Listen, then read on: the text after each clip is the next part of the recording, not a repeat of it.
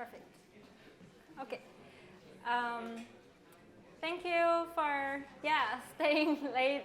As Luan mentioned, our lab is also part of the exhibition going on, and I'll be with a lot of you folks tomorrow as well as one of the organizers for the workshop. So I'm the director of Morphing Matter Lab. It's at Carnegie Mellon University. And as you can tell, we design morphing materials and morphing structure. In the past 5 years, ever since the lab was started, we built a lot of things. And most of them are active and morphing in some way. Some are wearables, fashion products, edible food, and design artifacts, and robots, soft robots as well. And more and more, so we realized with the things we built, maybe we're not helping the world. We're actually creating just more junks and creating more disasters. Design has been putting murders on a massive production basis, as we all know, ever since, I guess, the beginning of the human evolution. So that's many reasons. One of the reasons is that we are kind of, when we think as a designer, we're thinking about the nature-centered design separately from human-centered design. We are basically don't ever think they could possibly all coexist in harmony within one natural or artificial environment. So I sort of set this new mission for the lab literally last year. Hey, let's try to, on our journey of trying to develop interesting technologies and manufacturing techniques of this super geeky morphing material side of things, let's also think about what's the high-level design mission for the lab. How can we think about merging the nature and human-centered design missions together? So I actually grew up in Inner Mongolia. That's one of the regions where people move around with their houses across the season. So this is one typical tent. Actually, the nomads use. It's made of horsehair. So the beautiful part of it is basically, again, so they raise horse. They walk with the horses across the season, and then they harvest the horsehair, make the tent, and this, when dries, they are perfectly lightweight and allow the hair to breathe in and out. But when it's wet, it actually soak all the moisture and swallow and become watertight. And as I mentioned, it's a portable factory as well, because again, the house goes with them and they harvest from the horse, and it's completely biodegradable. So it is one of those ancient classic morphing matter. In a sense, it morphs, right, with the ambient environment for the human benefits in this case. So we started to develop this more of a mission for the lab, inspired partially by this type of naturally responsive morphing material. So we want to design autonomous and environmentally responsive materials and systems. They, to some extent, mitigate the detrimental effects of climate change in this world. I call it post-natural history, through fostering conservation, restoration, and adaptation. So we call them ecological morphing matter. In a way, they are supposed to be ecological and creating a harmony in this natural bio-geo and also anthroposphere. So through the years, we've building systems for the human world, but also thinking about how to design morphing matters for the biosphere as well as the geosphere. This is a bit of a high-level talk. I'm supposed to be in the design section of today. So I want to show you guys almost like a on-road map of how morphing matter can exist in this ecological world in different formats and help with things, for example, environmental monitoring, restoration effort, or even geotechnical augmentation. And we can start by talking about morphing matter that exists in anthroposphere. So there are a few design examples started by things on the human's body. So this is a moisture-responsive fabric. They are actually biohybrid, made of bacteria-infused films. So they can help you to tune basically the they can breathe, and in that way tune the physiological conditions of the body. Basically, when the body gets sweatier, so the scales on the back of the fabric will open up to help people to cool down their body, get rid of the sweat, and once the body cools down, the scales will close up again. So I call this maybe a primitive version of a ecological morphing matter in a sense. You think about it, it's highly sensitive. It senses the local conditions of your skin and responds in real time and then adaptive to the conditions. And that's a symbiotic relationship pretty much with the human skin, but completely in a completely electrical free and power free format. So in a sense, if you think about, if you're an electrical engineer, you want to build this with the electrical system, you would think about electronic sensors with the battery, maybe a smart Arduino board, some sort of smart actuator that's also controlled by electricity. It can go on and on, but still the resolution may be not as good, and the sensitivity may be not as good as this purely analog version of the ecological morphing matter. So we also think about how morphing materials basically can be designed to address the packaging waste and energy consumptions. And talking about packaging waste, our eyes landed on basically food packaging. So at least in the US, based on the environmental agency's report, actually the largest contributor of plastic waste in the United States is plastic packaging. So we started to look into how can we possibly save plastic packaging for commodity food, for example, flour-based food. We were interested in pasta and thinking about how can we possibly pack all type of pasta flat, and once you cook them in water, they can then take on different 3D shapes that give you the right mouthfeel and texture. So for example, macaroni pasta, if you pack it in this kind of flat pack format, you could save about 67% of the packaging waste. So right now, basically, if you do a simple geometrical calculation, you will realize actually 60 to 90% of the packing space for pasta are used to pack air. So again, on the right hand, you see before boiling, they were all flat, and after boiling, they all turn on, take on different 3D shapes. So this was a collaboration with Barilla. We really wanted to make it authentic, so we were using semolina flour actually provided by Barilla as well. Speaking of things that a little bit, again, in the kind of the human space, but getting a little bit into the furniture space, we also think about how we can possibly harvest ambient energy from on-site self-morphing structure. So these are chip memory thermoplastic. And if you think about making a chair out of plastic, a chair like this, it's actually very tricky to 3D print. So if you print it with conventional, basically FDM printing method, a chair scaled down 5 times will take about 11 hours, and there's a lot of supporting materials, as you can imagine. But if you print things flat and trigger it to self-fold, then you only need to take 32 minutes, and very minimum or not at all supporting materials, and no post-assembly time as well. So this was an idea sort of inspired by IKEA. They make flat things and they save a lot of transportation and also the packaging space. But then once on site, you started to assemble them. But we were bored of assembling furniture ourselves. You can think about it maybe as an example of how smart materials can play a role in transportation. In the furniture world, and we are basically leveraging a inverse design pipeline in this case to compute what is the corresponding flat shapes you can print that results in two targeted 3D shapes once you apply actual heat. You could apply those heat by baking it or blowing hot air on top of it or putting in hot water in a sense. Inverse design can be applied to this chip memory polymer for non-developable shapes as well. We've already learned a lot about geometrical concepts today. So here we are showing a bunch of non-zero Gaussian curvature shapes that can be inversely converted into a G-code that's compatible with normal fused deposition printer.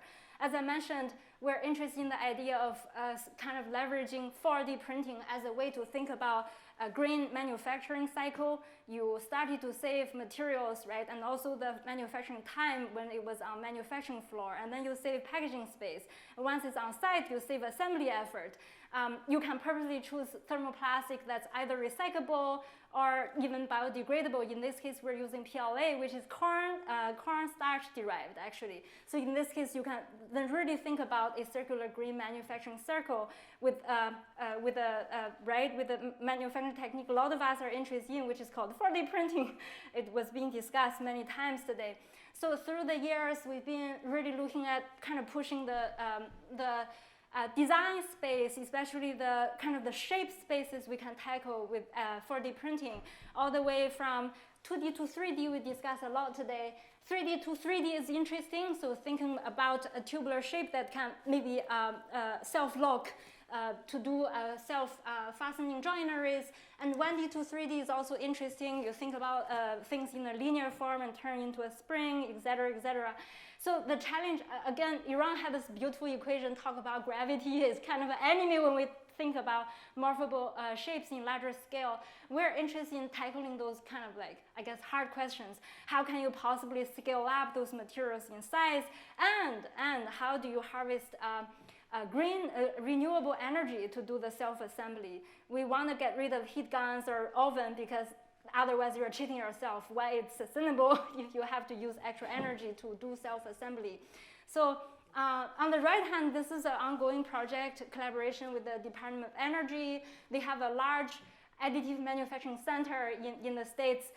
They are very interested in basically using derived wood filament to print larger structures, for example, wind turbines or modular houses. So one idea we proposed to them and kind of started to discuss with their wind people, quotation, that's how they call them, how you can possibly basically transport flat panels on site and then use solar energy to morph wind turbines for especially a kind of disaster area for temporary uses. The reason we are looking at wind turbine is because they mentioned actually those are causing a lot of headaches to do transportation, because often you need wind turbines in kind of hard to reach places. They're giant and it's a very energy consuming and effort taking to transport them. So that's kind of the human world. And right now in the lab, we are getting really excited. Maybe one of the most exciting direction that's basically developing morphing matter, mostly live in nature, if you will. Basically, right to my philosophy, hey, humans are great. I mean, they're enjoying their lives. How about we try to design some things that help the other side of the balance, the nature-centered design. So one reason we're interested in thinking about morphing matter and its use in nature is because a lot of those morphing materials are analog. They respond to moistures, to heat, right, to light. And those are the resources readily available. Those energy resources are readily available in natural environment. So this brought us to pretty much like a 5-6 year long project thinking about how we can harvest moisture in the environment and use it to do something good for natural restoration. So we looked into this natural organism called basically erodium. So actually in the earlier days, we read a lot of Iran's paper and his team's paper. So they, from more science perspective, study how the biological system works, microstructure and also mechanics at the larger scale. So we were basically taking all those insights and trying to develop an engineered version to do similar things, meaning so basically you drop it on the floor and once the rain comes, it can start to spin its own body. As it spins, it creates a thrust force that's downwards and that'll drill it itself into the ground. So it's a self-bearing mechanism by harvesting the moisture in the environment. So we thought about leveraging this natural mechanism to basically deploy other types of things we're interested in. For example, pine trees that are used for reforestation effort, especially in California and also Canada, but also thinking about deploying sensors in the massive scale through drone or airplane. So this is what I just said. So imagine a drone, throw those on the ground, and rain comes, they can drill in. So this is just an outdoor test. Through past 2 years, we've tested only like more than 300 seeds outdoor, because right now it's still hard to make it in very large scale. But we were able to show there's a decent germination rate, larger than the kind of the common drone-based sort of seeding efforts. Because if you use drones, usually the seeds are kind of dropped on the ground, on the surface of the soil, right? And the birds will eat them. It cannot resist droughts and wind. So now if it buries in, you can actually have larger germination rate. And as I mentioned, we can also develop IoT systems with those self-bearing carriers per se. So you can put on sensors and have antennas, so those things can talk to the drone or satellite to extract information from the natural field. So yeah, these were some of the field tests we did in both Pittsburgh, and also our collaborators did a bunch of tests in China. So I mentioned in the short term, we're interested in seeing this maybe for reforestation and also precision farming. And long term, we were also thinking this could be very interesting for even space exploration. Actually, long before I started to work on this, a lot of European teams sponsored by ESA started to look into the systems and thinking about how you can harvest huge kind of temperature fluctuations in the outer space, for example, on Mars, to have those analog robots drill in and do soil sampling. So yeah, it has been a long journey. And ever since the work was out, so there are a lot of actually natural conservation team, both within the US and internationally, reach us out. We are at the point of trying to scale it up, basically how to think about, right, producing tons of those on the manufacturing floor. And moving into a little bit of the future, we are also interested in keep embedding more and more intelligence in both the kind of behavior, but also computational design into those morphable structure. So we recently got the luck to, I guess, form a large team working on this biohybrid mesh projects, looking into the next 5 years or maybe next decade. 5 groups are coming together. Some are doing kind of tissue engineering to figure out how to do contractile muscles out of living cell. And for my lab, we're looking into how to leverage a genetic algorithm to design arbitrary mesh structure that can have different transformation or locomotion behaviors. Imagine. So these kind of half-living, half-dead things can basically self-survive a little while in nature. Maybe you can drop those into the mountain after the mountain fire and see how its organ developed through times and how that's being affected in good way or bad way, likely bad way, by the air pollution caused by the fire. So we're interested in basically in vivo and in vitro sort of living animal tests. And understand how human behaviors and natural disasters are affecting those biohybrid animals in a sense. And I still call them morphing matter, although they're a little bit more robotic, right? So just to summarize a little bit, the approaches to design sustainable morphing matter, actually not a summarize, maybe it's more of an expansive explanation. So when we think about the approach of designing this kind of sustainable morphing matter, we often think about morphing materials and structure. As you can tell, I've already mentioned a bunch of different stimuli responsive materials, all the way from plastic to wood, to natural species, and to gel, edible gels. And here, again, a lot of the speakers mentioned it's a tight combination of understanding the physical mechanism, but also the computational design strategy and also the geometry that goes into it. But also it's an effort of thinking about customized fabrication methods for the materials we're interested in. I still consider myself a designer, our team as a design team. The definition of design is being expanded quite a lot, but really I think it is the idea that we naturally ask the question, what's it for? I don't think all the labs have the mission of asking what's it for, but designers like to ask this question. So if you ask me, right, so there's so many morphing materials you can work on, which one you choose? We often don't choose based on the criteria purely, I guess, scientifically. So yeah, so maybe there's a mathematical gap, you go there. For us, it's more like, hey, which one can potentially give us inspiration to think about the way it impacts the world, especially the way it can benefit nature in these days. So yeah, so that's kind of my understanding of how design play a role in this field. We're in a sort of a data-driven design age. No matter is the experimental data we have to collect from time to time, or leveraging simple data-driven method to optimize the design. But basically, there are a lot of pipelines. Data can flow into our computational design and the manufacturing process. So I partially stole this kind of terminology from Iran when he gave a talk at Pittsburgh a few years ago. He mentioned it's a tight combination of mechanics and geometry. I really thought so. I started to use that way to think about designing morphing matter, and it works like a charm.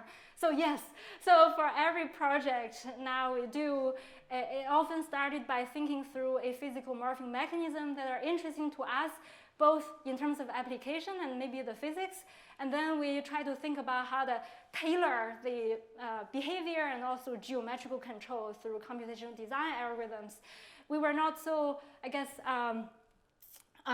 much an expert in a very specific method. We use whatever methods that work for the whatever system. For example, the very first bunny one, right? It's a very simple kind of developable flattening algorithm people use in sharp folding origami, very geometrically based. And all the way to a system like maybe the C that I just talked about, the last second column, that's just a finite element analysis because we just wanted to validate whether the critical physics we are interested in are playing the critical role. So yeah, and this one looks like a mesh. This is actually a simple conformal mapping method the previous speaker just mentioned. So yeah, whatever works. So just a little bit detailed, I pull out 3 examples to explain just a little bit more how we, I guess, engineer things. So the first one I want to talk about is the self-folding thermoplastic, the self-folding furniture and bunny ears. So when we putting a lens of sustainability in thinking about 4D printing, suddenly, technically, things become a bit interesting. So for example, how to possibly reduce material types becomes an interesting fact when you think about 4D printing. So in this case, I showed we can morph a flat disk into a chair. And this is using basically a thermoplastic filament. Basically, when you print those thermoplastic on top of a substrate, right, you are straightening the polymer chain. So you are forcing the polymer chain to stay straight, and that is not the most energy preferred state for the thermoplastic. So that's why once you heat it up, the polymer chain will try to bounce back, and you see a contraction effect. And then if you introduce this possibly shrinkable polymer on top of another inert second type of plastic that does not shrink, then you can basically program a bending effect. So this is a typical classic bilayer structure people use a lot, right, to make self-foldings. This is what I said. Basically, you introduce a PLA, that's the first type of plastic shrink, and then you introduce TPU, which is the second type of plastic that does not shrink, and then you get a bending. And this is just to show how you can also numerically validate what we are seeing experimentally. If you want to make a bunny, you will realize each folding hinges reach a different maximum bending angle. You want to be able to control that degree of bending. So in this case, the most simple way is to use geometry. Basically, longer actuator will have larger accumulated angles, simple like that. So we're basically collecting a bunch of experimental results and just do a very simple fitting to get a sense of how the length corresponds to the maximum bending angle of each hinge. And then from there, you can start to apply this already well-known sort of origami flattening algorithm to think about how you can flatten a target shape like this bunny, and then introduce this smart material at each hinge location. And this is on the left. This is the G code you can directly input into the 3D printer, and this is the sheet that was printed, and then once you put it in hot water, you can see it fold back into a bunny. If you are interested in the geometrical concept, there's only one thing, maybe slightly smart, we did. Again, just normal origami algorithm, but then we have to accommodate the width it takes so that's, we call it curved origami. So you have to kind of convert the sharp origami into curved and understand how that create an offset in your flattened shape, basically. So this is cool and everything.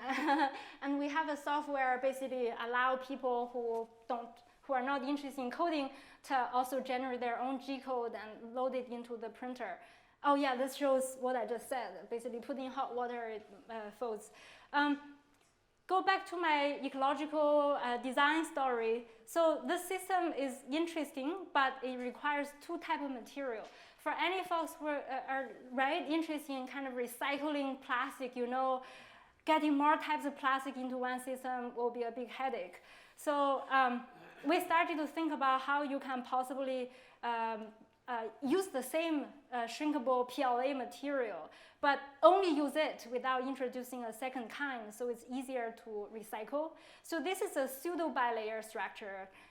It's made of just PLA, but by manipulating the printing direction, you can create a bending effect. So basically, the blue part is printed longitudinal to the beam direction, and the red part is, again, the same material, but printed perpendicular. So the beam tends to bend, towards the along the longitudinal direction. So that's why only the blue layer will play the role as an actuator, and the red part becomes effective constraints. Again, it's just a way for us to think about a single material printing, but be able to have a controllable parametric shrinkage or bending effect. So then in this time, we wanted to play with a little bit different structure. So instead of just origami, we made a mesh. And if you think about it, if you can control the bending curvature or the shrinkage ratio of each beam, we can start to compute the possible shape it can morph into. You can do this forwardly or inversely. And the nodes are more like designed to be flexible but doesn't shrink at all, while the beam is designed in a way that can bend or shrink with a controllable ratio.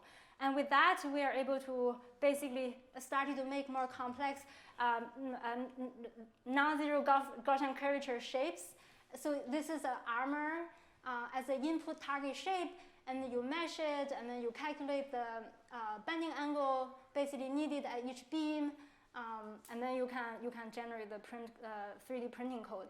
And this is again use the same kind of basic computational method, but we introduce some carbon fiber composite in this case because we want to make stronger structure that can function as body support.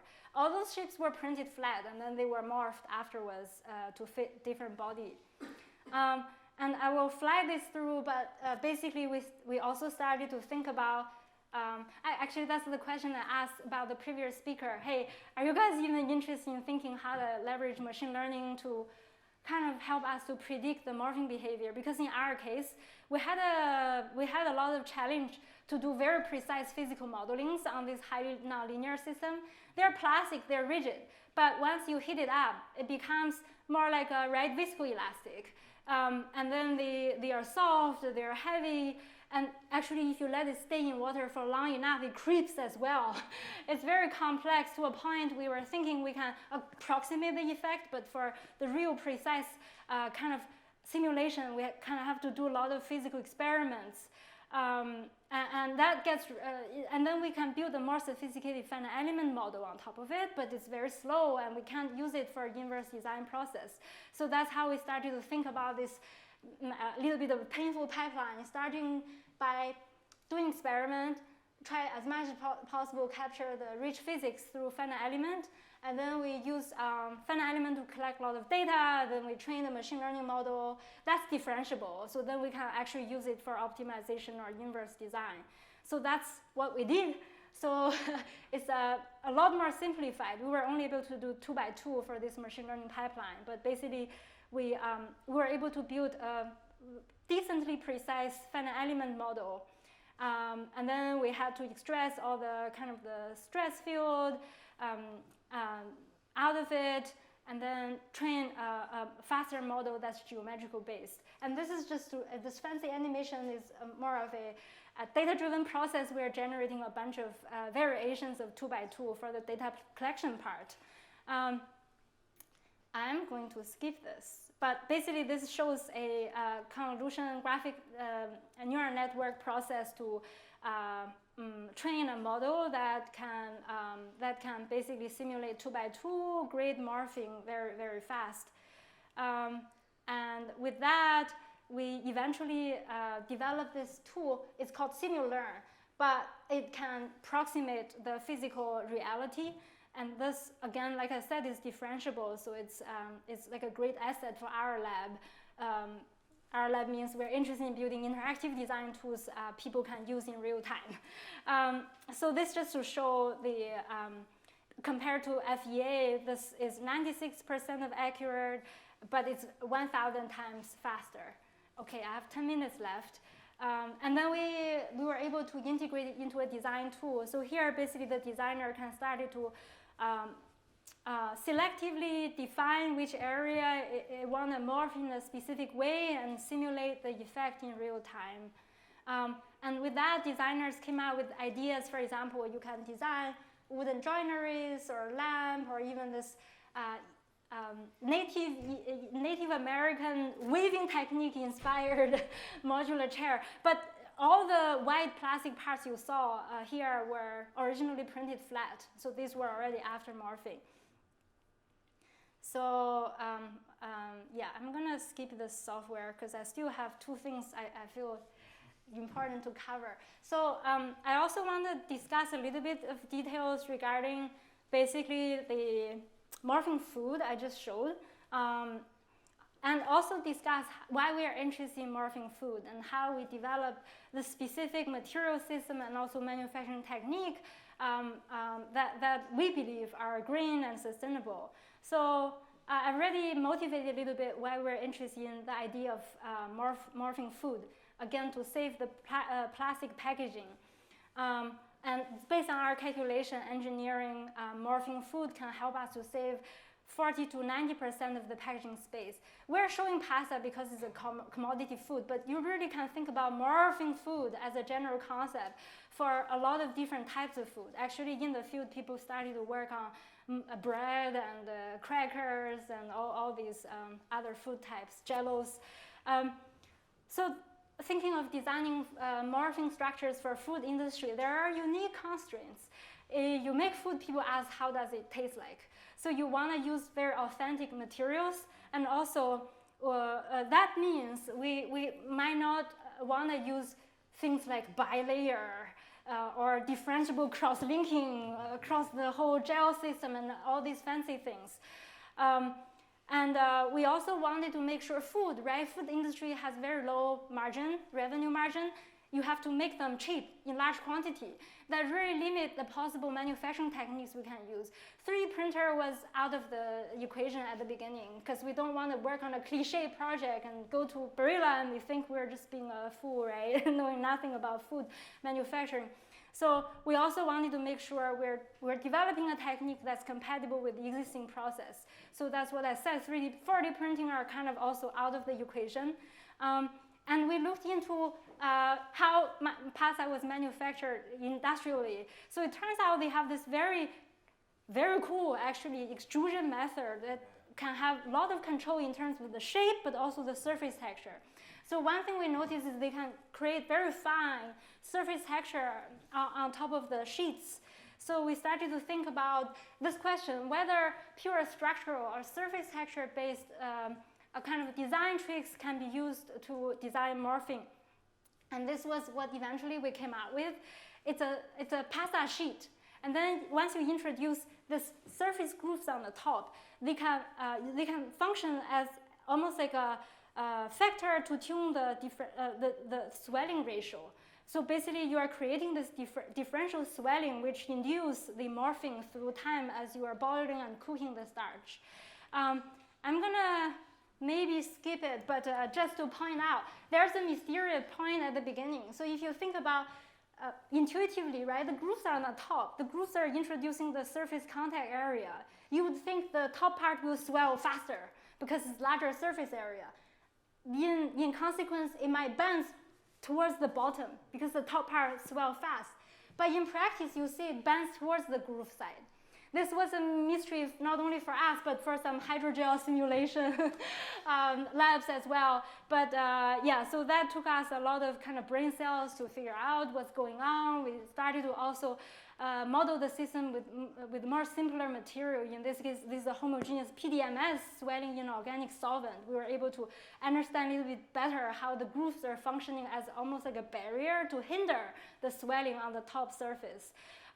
Before we went to this more complicated pasta-based material. I say it's more complicated because it's not only a physical swelling, there's also gelatinization. And starch is not, pasta flour is not just pure starch, right? There's also proteins and all these other organic matter. So the simulation can only be, to some extent, accurate, but not completely accurate in a sense. And this was earlier method we use is like a robotic stamping device. You can introduce groove with more controlled orientation. But like I mentioned, our ambition is to really develop this method to be compatible with the industrial pasta extrusion method. So that's ongoing. As everybody, I guess at this point, already understood our basic technique, we try to find tunable parameters geometrically or from the manufacturing perspective to control the bending angle. In this case, you see the gap of the grooves can play a role in terms of how much it bends. And once we know better how we can control the specific bending angle, we can play our geometrical trick. So in this case, it's more like a developable surface. It's actually ruling lines. So you consider those grooves are located at where the ruling lines would be distributed for a developable surface. So that's how you can basically calculate where to introduce the groove to basically approximate a target developable surface. And you can then make a rose flower by stamping grooves on a flat sheeted pasta dough. This is, as I mentioned, broadly applicable to swellable gels, not only edible food. Some biomedical researchers are interested in using this for morphing as well. So I think I'm gonna stop here. If you guys, I know maybe some folks are here to listen to the seed stuff. I'm gonna completely skip it. Read the paper if you guys are interested in it, or talk to me. So yeah, I'm not sure if I have time to answer any questions, but thank you. Okay. We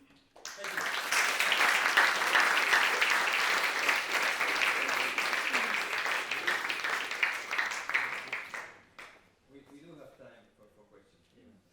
Could you explain again the curling mechanism in the pasta? I'm not too sure. Oh yeah. So basically, the groove function as a water barrier for the swelling. So basically, right, if you look at this colorful image, can you see my cursor? Maybe. Yeah. So basically, right beneath the groove, right, you see the darker color. The darker, the slower the swelling is.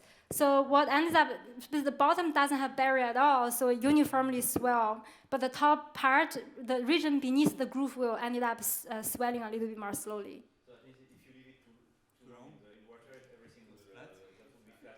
Very good question. So that is the case for this PDMS.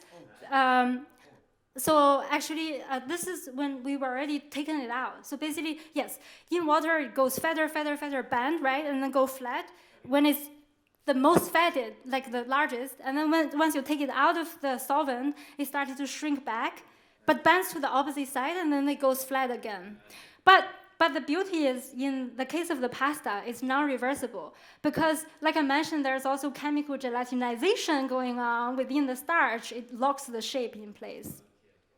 Okay, so maybe you can get the right al dente by looking at the shape.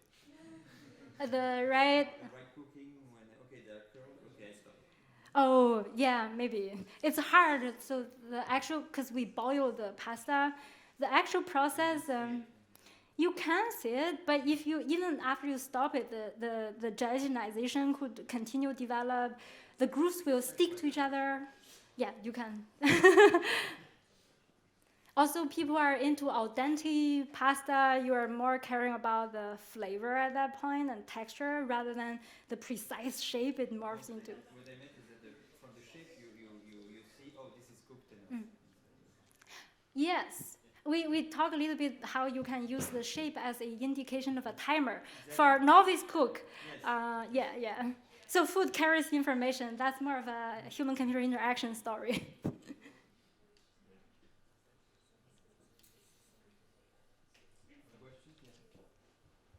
More on that theoretical side, basically. You have a quite clear vision. And I feel like when I talk about these visions, I might use a little bit of weird designer terms for it, but it's sometimes hard to get that message across in a language that everybody wants to work with. Do you recognize this? And if so, how do you deal with that?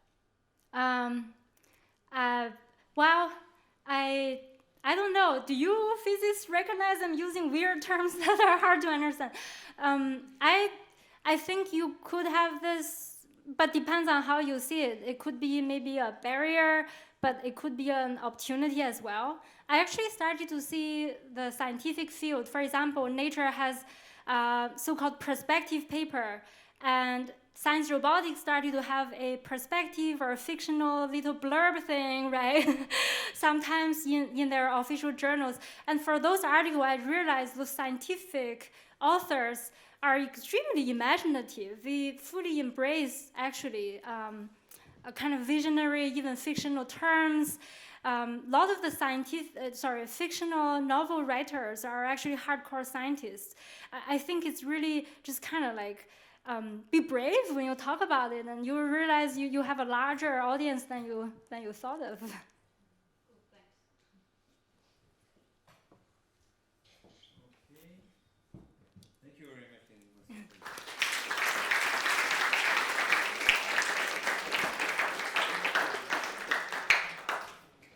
Okay, the next speaker. I will help you with this. There.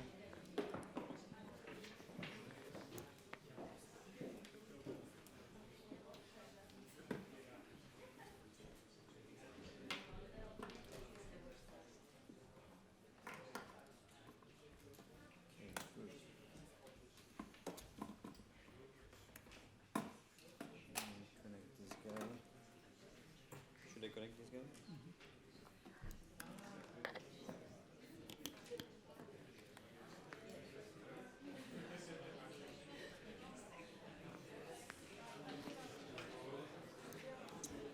Okay. I guess I'll put this here. Good. I'll let you. Oh, bad connection. Might be the same as. I have another one here if you want to try. Sometimes small.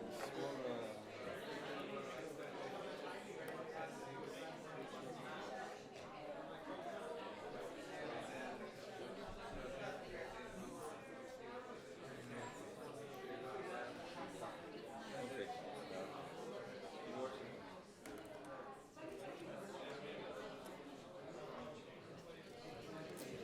This is the mic. Okay. Good. So, thank you, Ariel, for inviting me to this amazing event. Thank you for organizing this event, and thank you all for staying around after this long and intense day. I really appreciate this for my last presentation. We had this amazing mix of disciplines today, and I bring another field to the lineup of speakers, which is building engineering, structural engineering. So what we do and what we aim for is to explore the potential of novel design methods, novel fabrication methods for more resource-efficient novel building systems that go beyond the same materials that we use in architecture, steel and concrete, and beyond the same building typologies that we use again and again, either by more resource efficiency, either by targeted anisotropic stiffness, by replacement of, do you have a pointer here somewhere? By replacement of steel and concrete, also for larger spans, or by adaptivity to changing external conditions, environmental conditions. And also we, as we heard a couple of times today, we also refer to systems of nature, not in this kind of naive understanding of a kind of linear and direct transfer from nature to building technology, but more in a way to reflect and reconsider our own way to approach. You must understand that I, as a building engineer, I'm going towards using the same systems, the same materials again and again, because I'm responsible for safety of the building. So we are all happy that this ceiling is not falling down, even though when there's a coffee break on top of it. And this is, I can only ensure this if I rely on proven, established material systems, design methods. On one hand, this is necessary. On the other hand, this somehow limits building engineering to a very limited set of materials, steel and concrete, a very limited set of typologies, columns, slabs, walls. They're used again and again, and limit also progress in our field. And that's why we look at system of natures to be aware of the fact that they are so much beyond this very limited set of typologies that we use for building structures. In my lecture today, in the context of this little event here, I would focus on explaining you what we did on morphing, shape morphing, however you call it, shaping systems, shaping devices in architecture. So I will limit my presentation on these projects that we did in this domain. There's also a kind of personal story behind my interest in kinematic and moving structures. When I was a young engineer, plenty of years ago, one of my first projects that I took full responsibility on was this moving bridge in Kiel, Baltic Sea, complex cable system that has to provide stiffness and stability in all different geometric configurations and on all different loading conditions. Even when the wind is hitting the front plate, the system had to provide stability. So that was 25 years ago. And we installed this little structure in a shipyard next to the construction site. And we tried to move it, and actually nothing worked. Nothing worked. Because there are hundreds of bolts and winches and cables and rolls, and each one has to be in an exact and precise position. And even if only one of these bolts here is not in the right position, the entire system is blocked. Yeah? And it took us literally weeks to make this thing happen and moving. Yeah? And this was a kind of very intense experience for me myself. On one hand, I was lost forever for creative advantage engineering. On the other hand, it was a nightmare, actually, because I had to read every morning in the newspaper what kind of idiot is working on this bridge, why isn't it working, why does it take more time, and why is it not finished. And so right now it's actually there since 1997, and it's going up and down. But the experience made me think, aren't there systems that move also on a scale of architecture without all these kind of 19th century engineering devices, winches, cables, hoists, and so on. And we did then this 10 years later. We did this together with Christina Schienegger and Stefan Rutzinger, who were also teaching here at Bartlett some years. And I find it a bit embarrassing to show this after all this kind of advanced shaping mechanisms that we see today, because this is really, it's not even low tech, it's zero tech, I would say. It's just press in 2 fingers and create movement. But I show this because and also fabrication was extremely simple, so really basic. But I show this because, to my knowledge, this is until today the first, but also the last structure on a major scale that uses elastic deformation on this scale. I don't know if maybe someone of you has another idea, but I don't know of anyone. So scaling up is an issue, scaling up of these mechanisms to the scale of architecture. So when I then started at university, I thought I have to somehow provide a serious scientific foundation for this work on compliant mechanisms. And where do you see it here? It's, for example, in plant movements. All the mammals, we also have these joints here as my little bridge. And also when you get older, you can feel also that in mammals, the joints are the weak point of our body. But plant movements, they fully rely on elastic deformation. And what was not mentioned today, I think, we talked a lot about turgor pressure and shrinkage and growth. But what is happening here also is that it's a kind of snap-through effect. Snap-through effect from one positive Gaussian curvature state to another one. And this snap-through is somehow accelerating the speed of the movement. It's also necessary to catch this poor little beetle here that spends the last moment of its lucky life in this plant. So then I teamed up with a group of biologists from Freiburg, Thomas Speck. I don't know if two of you are in this field of biomechanics, and you should know him. And we screened for plants who allowed for transfer to a large scale of architecture.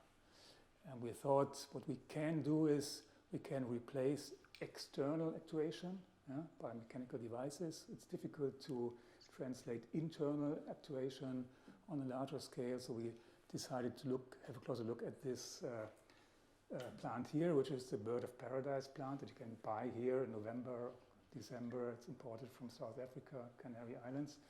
And the interesting thing is that this plant is not pollinated by a bee or an insect. It's pollinated by this bird.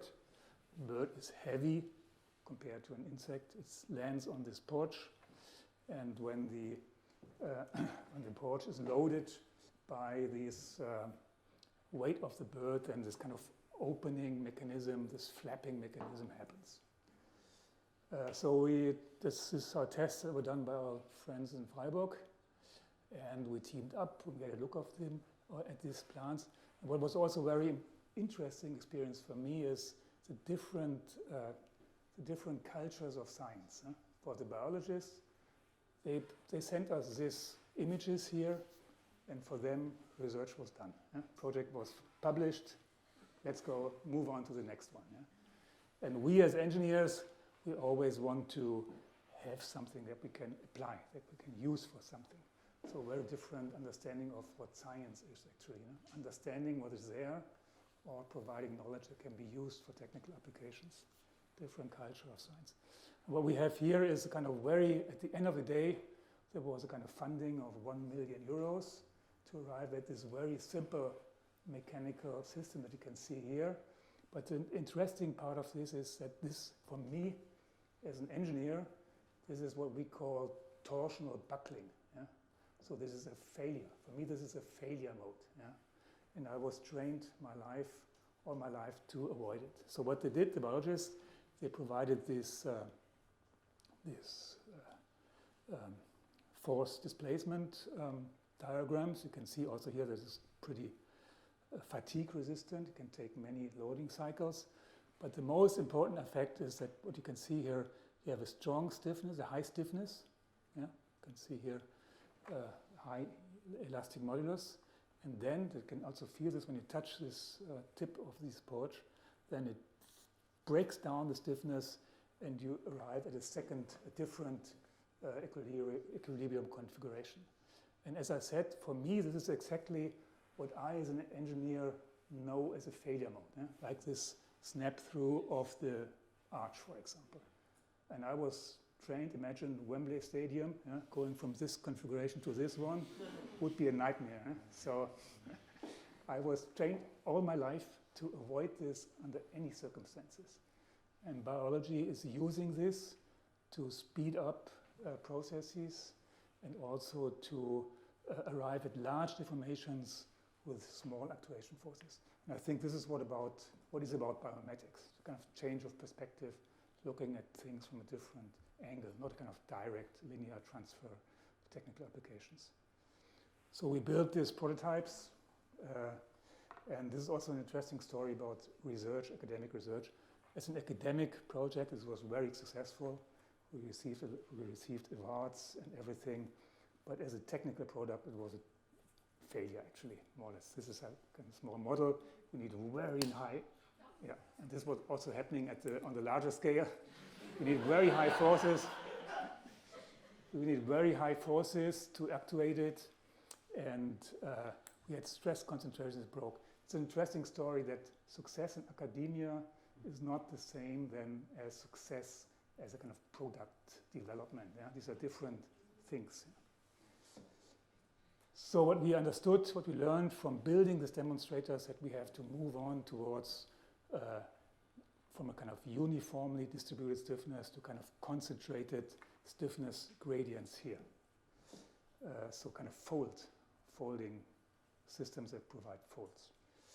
And also here we looked for biological examples. What you see here is the Aldrovanda, which is a kind of underwater version of the Venus flytrap. You can see here, this is my friend from Freiburg actuating this plant. This plant is as large as this, 3, 4, 5 millimeters.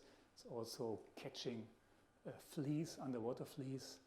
But what it doesn't have compared to the Venus flytrap is this change of curvature. It does not have this snap-through effect, and that's why we looked for this, because we thought that we cannot transfer the snap-through effect to a kind of technical demonstrator. We did this kind of abstraction step by step to this kind of curved line folding that you all know.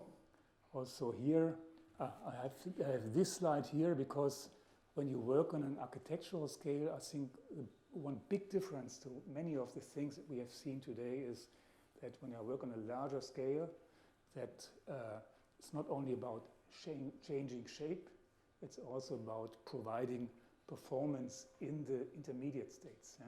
So what you can see here, the mechanism is applied by wind loads, and there's a kind of complex interaction of the stiffness of the system, of the radius and geometry of the curves, and we wanted to understand this. But we have to look also not only on shape changing, but also on how does the structure perform in the intermediate stages. Does it provide enough stiffness and strength? This is an important aspect when you talk about applications on an architectural scale. So here we had this kind of pretty straightforward laminate, one continuous glass fiber mats, and then 2 mats here and more mats here. So but only one is crossing the fold, and then we had also foils on top of that. We also saw a similar image. I think it was Mark who showed this. I don't know. So what is fascinating is that the fabrication is very simple, flat table, no mold, just kind of stacking of different layers. Then you put it in the oven, in a press for a couple of hours, and then you're finished. And we did this in the museum in Stuttgart. We installed it there. It was an exhibition, 6 months. You can see here, we had here kind of pneumatic cushion, stiff backbone, metal, and this device here. So the pneumatic cushion pushes, the pneumatic cushion pushes outwards, and this is moving. But the truth is, what you also don't write in our papers, also this was not really successful. I have to tell you. But I only tell you because What we noticed here is we had for 6 months, it should run day and night for 6 months, but already after 2 weeks, most of the components were broken here, around here, because we have a kind of fatigue failure there. So we understood that we really had to dive deeper into the material setup of these systems to provide fatigue resistance. Now we know all these kind of compliant mechanisms from small packaging devices, from our shampoo boxes in the hotel and so on. But on a larger scale, for stiffer materials strong enough, we had to go deeply into material development. So we did this test. These are the specimens, 180 degrees, different material layups for 5,000 load cycles. And what we found out is that we have to, this was also kind of surprising, we have one continuous glass fiber mat, and we have to combine it with a thick, soft elastomer layer. By this, you raise the structural height here, and you even out the very high stress gradients that you have in a fold. Yeah? And this led us to kind of more fatigue-resistant systems. Next step was then the integration of these pneumatic cushions in the laminate. Here it was external, pressing against the stiff backbone, bending the laminate, and by this providing stiffness. And then the next step is the integration of these devices in the laminate that you can see here. It's the basic idea is to have a stiff side and a softer side, and of course the soft side deforms, and by this you get this kind of movement here. And also for this you can find examples in nature. What you have here is the unfolding of the wings. The wings are protected, real wings are protected by these hind wings against mechanical impact and loading. And when the beetle wants to fly, he has to unfold his wings. And he's doing this by these veins that he has here, and by inducing pneumatic pressure on these wings. This unfolds the wings. And what is very interesting is, you can see here, we did this computer graphs. They also have this stiff and brittle, this red one, sclerotized layers. So the wing itself is brittle, and they combine it also with a thick, elastic and soft layer here. It's the blue one, to achieve fatigue resistance in these wings. So kind of similar effect that we detected by doing hundreds of technical samples here. There are these patterns here that you can see and you can detect. There's a lot of literature on this. You can detect certain patterns of these folds, top folds, bottom folds, or valley folds and mountain folds. Always 4 patterns, 4 folds meeting in one point, a kind of origami pattern. You can abstract this, and we did this. Is compared to all this beautiful stuff that I've seen today here, this is of course not very elegant, but it worked 5,000 times, up and down. And now we have this we had the first opportunity just recently to install this in a kind of real life condition, which is a kind of greenhouse in Freiburg. And here we really tried, because I take full responsibility that this is working for 5 years. So I really tried to scale it down to make it as simple and robust and reliable as possible. So these are also only flat sheets with this kind of internal pneumatic actuation. This is a kind of airbag, the same material that we know from airbags. In the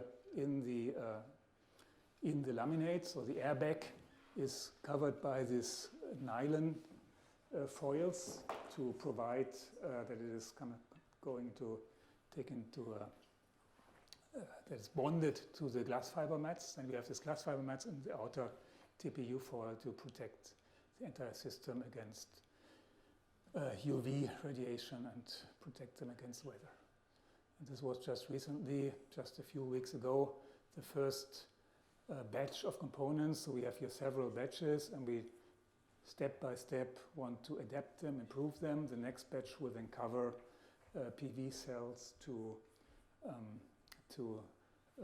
gain the energy that is needed to actuate them. You can see here wind blowing, and the whole system is there fully exposed to outdoor climate conditions, and supposed to last for a couple of years. Ariel asked me to put in this slide. She wanted to see it, so I had to skip the coffee break to look for the building, for the slide, because of course the next step is now to somehow look at the materials itself, to replace the glass fiber. Glass fiber is not an issue, but the resins and the foils by bio-based materials, that will be the next step to transfer the experience that we have with load-bearing biostructures to this kind of moving systems. I think we have this kind of ongoing discussion that all our students enjoy a lot in Stuttgart between active movement and passive hygroscopic movement. This kind of debate that Achim and me are having in Stuttgart, and our students enjoy this a lot. So it's like bad cop, good cop game that we are playing. I'm the bad boy because I want to have a system where I can press the button as a user, and I want to decide myself if the sun shading is open or closed. And Achim wants to have a sun shading that closes when it's rain, even when the sun is not there. He wants to close it because it reacts automatically to the outdoor weather conditions. So you can see the wonderful exhibit here in the exhibition by Tiffany and Akin from Achim's group. You can see it. But there's one field where we somehow agree that this kind of hygroscopic shaping might make sense also on a larger scale of building structures. And then when you use it, it's when you use it to create curved CLT boards. Yeah? You can also order curved CLT boards, but then you have a lot of mechanical pressure to press them into this curved mold. And what is really elegant here is we have this bilayer, active layer, wet or high moisture content, a passive restricting layer. Then in the drying process, it changes shape, geometry, and then we add this locking layer. And by this, it is transferred to a kind of symmetric configuration. And now when it's raining, when the moisture content is changing, this does not lead to any kind of geometric changes. So that's locked by this additional layer in a specific geometric configuration. We use this for our little tower, which pretends to be a tower, but is not a tower actually, because you cannot walk up. We do another one now, a larger one. The geometry consists of single curved panels, which are cut out of larger single curved components. You can see it here. And these larger boards, curved boards, are produced by this shaping process. So we have two bilayers. You can see this on top, two bilayers, and they are laminated, and then we add another layer, locking layer, to transform it into a kind of symmetric configuration that is stable against humidity changes. Yeah, that's the trick here. Yeah, again, what I explained earlier, active, passive, two of them, then locked. And by this, we produce these curved components. What is also important from a structural perspective is how is the orientation of the fibers. You know that timber provides different structural properties in different directions. And here you can see, if you have a closer look, that the fibers are oriented to the main stress lines. And what is it? Yeah, and here I would say that we use this curvature also from a structural perspective on different layers and different levels. One, of course, is curved and shaved hygroscopic shape with a wider bottom, smaller top. But also this local curvature of this curved component acts as a kind of corrugated sheet effect that stiffens the tube. Go ahead. The locking layer is applied to the wet wood? After shaping, so when it's dried out, when it's dried, when it receives a kind of equilibrium stage. But in order to lock it, it has to be wet or It's dry. dries It's it dry. as It's very thin. it It's very thin. It's only the same thickness as this one, which is, in the case of the tower, 10 millimeters, and it's just bent into that shape.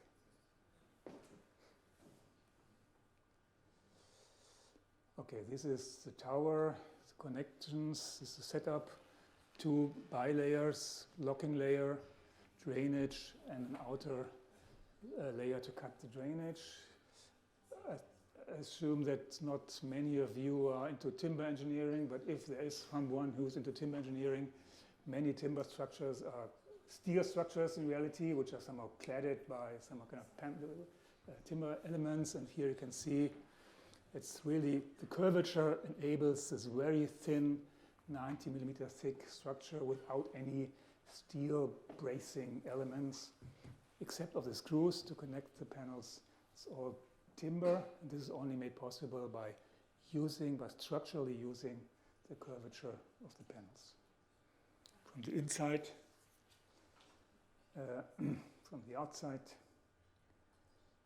and the tower, of course, you don't have very often the opportunity to build in this kind of landscape setting. We're very happy about this. Right now the tower looks very different. The color changed a lot to gray. This was just a few days after installation. And there it is on this heavy foundation. And also as a final project, of course, it's a very obvious next step to transfer this idea also to horizontal spanning structures, to roof structures. We did this in our last project together with our group of students, where we wanted to show how we could use curvature for a kind of spanning structure of 10 meters. This is not a kind of optimized shell. We also wanted to explore and show and demonstrate also the architectural, the geometry potential of this approach, 10 meter span.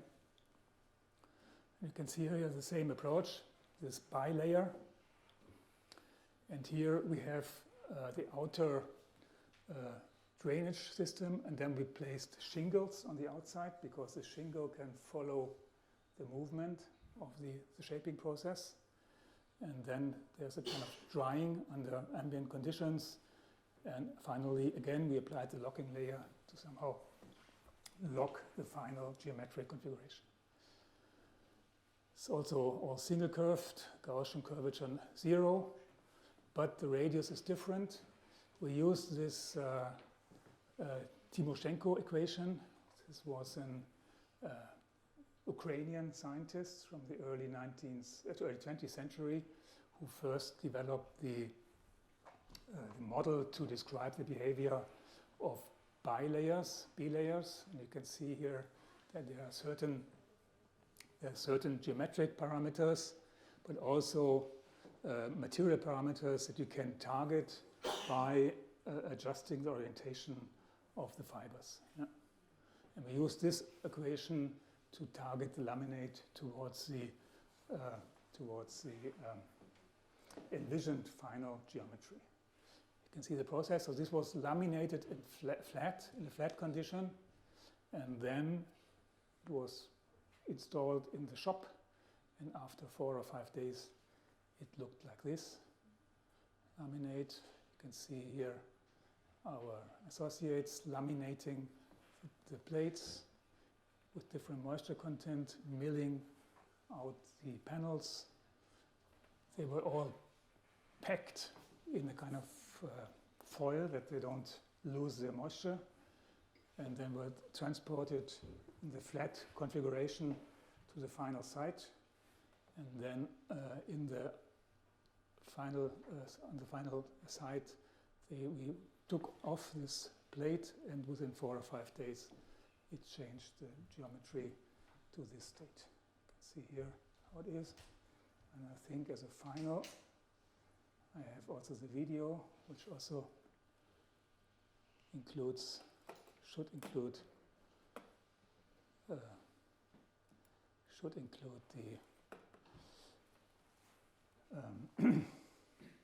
shaping process. You can see the timber, the moisture control.